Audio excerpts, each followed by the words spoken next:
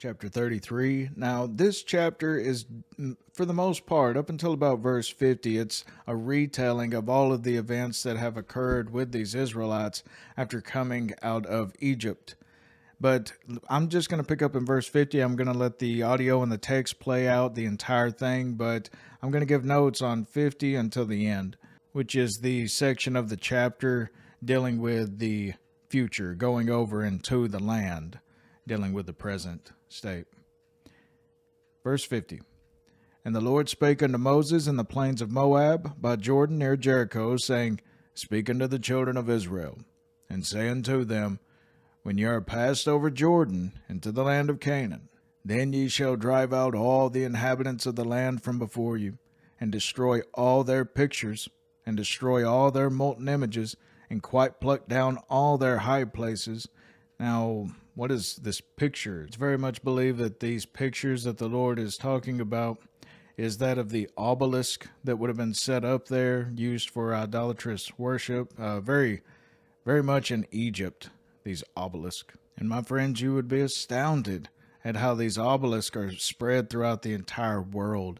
And it's really just an image supposed to be symbolizing that of it's a phallic symbol, but you can find them in France, Cairo, Myanmar, Turkey, Ethiopia, Washington, D.C. The Catholics even have a world-famous obelisk right in the center of the Vatican itself. Verse 53. So the Lord, he's telling the Israelites, get rid of all of these idols, make it a clean place, and ye shall dispossess the inhabitants of the land and dwell therein, for I have given you the land to possess it. And ye shall divide the land by lot for an inheritance among your families. And to the more, the greater of the tribes, ye shall give the more inheritance, and to the fewer ye shall give the less inheritance. Every man's inheritance shall be in the place where his lot falleth. According to the tribes of your fathers ye shall inherit. Now this verse is substantially a repetition from Exodus 26, 53 through 55. So the Lord told them this almost 40 years before. But the solemn warning of the next couple of verses is new. A call for it had been furnished by their past transgressions in the matter of Baal Peor, which they had just lived through. He's telling them, do not fall into this idolatry like you have already done here even recently. And by their imperfect fulfillment at the first of Moses' orders in the Midianite war, how even after they went to war against these Midianites, they still desired to save the women. And right here's the warning added on. But if ye will not drive out the inhabitants of the land from before you, then it shall come to pass that those which ye let remain of them shall be pricks in your eyes, and thorns in your sides, and shall vex you in the land wherein ye dwell. Moreover, it shall come to pass that I shall do unto you as I thought to do unto them. Now, I really believe that this shows the Lord's fairness regarding all nations. How, yes, he has set these people apart for his own name's sake, whereas all the other nations worship these false gods. But even these, he says, if you go against me like all these others, so will I do unto you the same as I have done unto them. So if Israel failed to drive the Canaanites totally out of the land, they could still occupy the promised land, which that's actually what happens. But the corrupt practices and heart of the Canaanites would find a place among Israel, and Israel itself would eventually be driven out of the land herself. So as we all know, what actually happens when they do come into the land and they do start to settle, it must be borne in mind that the idolatrous inhabitants of Canaan were never wholly exterminated, and the pernicious influence which they exercised was felt throughout the whole of the history of the Israelites until the judgments threatened against them were finally executed in the Assyrian and Babylonian captivities. They themselves were dispossessed of the land later on. And as we have already went over in the book of Jeremiah about how idolatrous that they had become in the land, and how far that they had fallen into just being just an evil bunch of people. Even the people that still held the ceremonies and the feast, and they still did the morning and evening sacrifices, even those, they had a self-righteousness about them. Everything was completely corrupt by the end. Jeremiah, he was dealing with complete evil on all sides. Let us hear this and fear. If we do not drive out sin, sin will drive us out.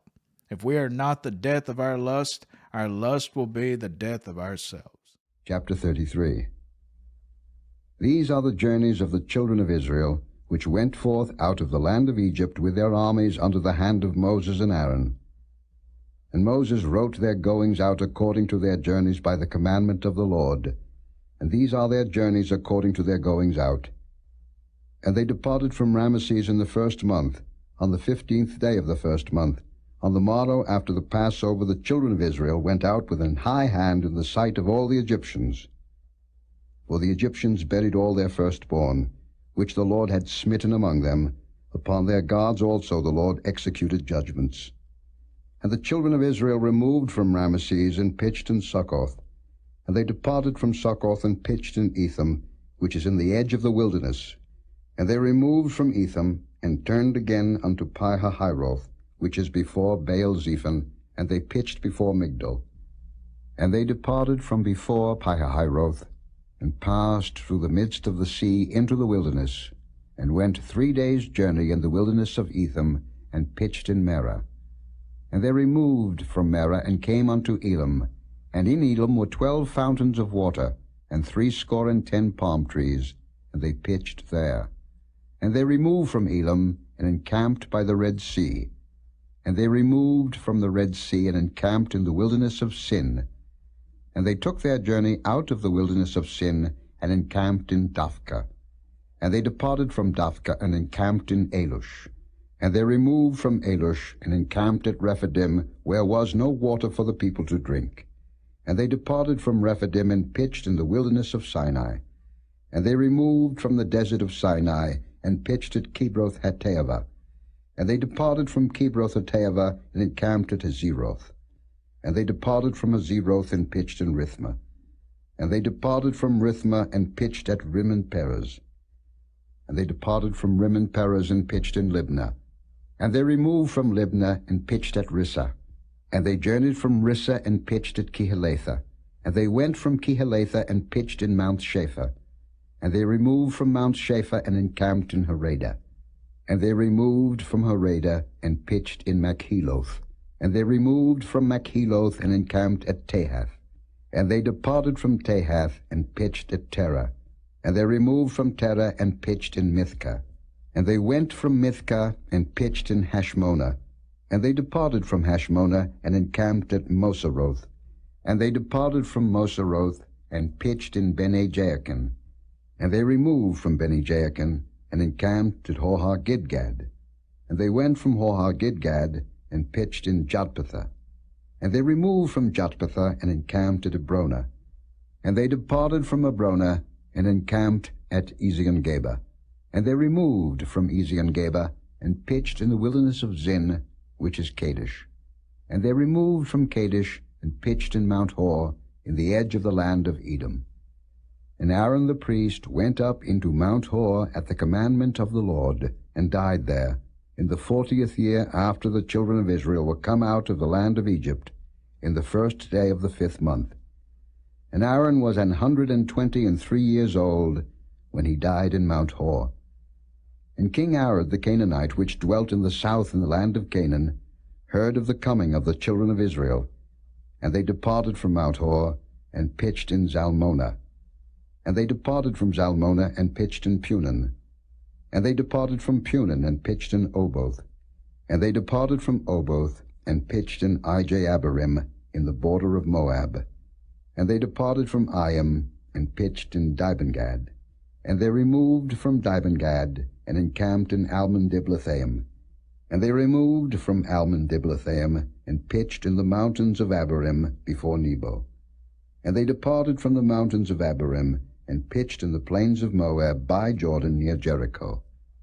And they pitched by Jordan, from Beth-Jesimoth even unto Abel-Shittim in the plains of Moab. And the Lord spake unto Moses in the plains of Moab by Jordan near Jericho, saying, Speak unto the children of Israel, and say unto them, When ye are passed over Jordan into the land of Canaan, then ye shall drive out all the inhabitants of the land from before you, and destroy all their pictures, and destroy all their molten images, and quite pluck down all their high places. And ye shall dispossess the inhabitants of the land, and dwell therein, for I have given you the land to possess it. And ye shall divide the land by lot for an inheritance among your families, and to the more ye shall give the more inheritance, and to the fewer ye shall give the less inheritance. Every man's inheritance shall be in the place where his lot falleth, according to the tribes of your fathers ye shall inherit.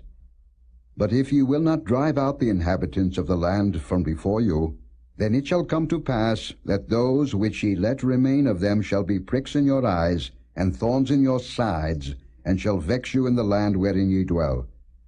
Moreover, it shall come to pass that I shall do unto you as I thought to do unto them.